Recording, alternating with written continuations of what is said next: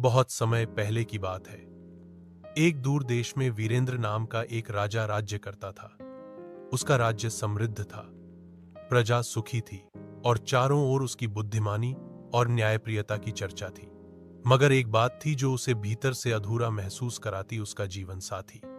वह चाहता था कि उसकी रानी न केवल सुंदर हो, बल्कि बुद्धिमान, दयालु और साहसी भी हो, जो राज्य के निर्णयों में उसकी सच्ची साथी बन सके। राजा वीरेंद्र ने कई राजकुमारियों से मिलना शुरू किया, मगर किसी में उसे वह बात नहीं दिखी जिसकी वह तलाश कर रहा था। वह हर रात सोते समय सोचता, क्या मेरे सपनों की रानी कहीं है भी? एक रात उसे एक अजीब सपना आया। उसने देखा कि एक शांत झील के किनारे एक युवती खड़ी है।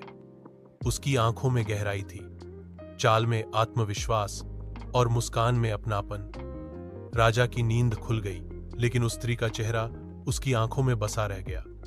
उसने निश्चय किया कि वह उस स्त्री को खोजेगा, चाहे वह कहीं भी हो। अगले दिन उसने राज्य भर में ऐलान करवा दिया, राजा स्वयं एक यात्रा पर निकलेंगे अपनी सपनों की रानी की खोज में। मंत्री और दरबारी पहले तो हैरान हुए, लेकिन राजा के संकल्प के आगे सबको झुकना पड़ा।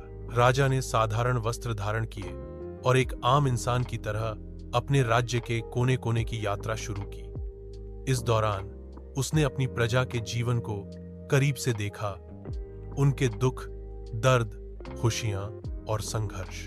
इसी दौरान वह एक छोटे से गांव पहुंचा, जहां उसकी मुलाकात मीरा नाम की एक युवती से हुई। मीरा साधारण किसान की बेटी थी, पर उसमें असाधारण समझदारी और संवेदनशीलता थी।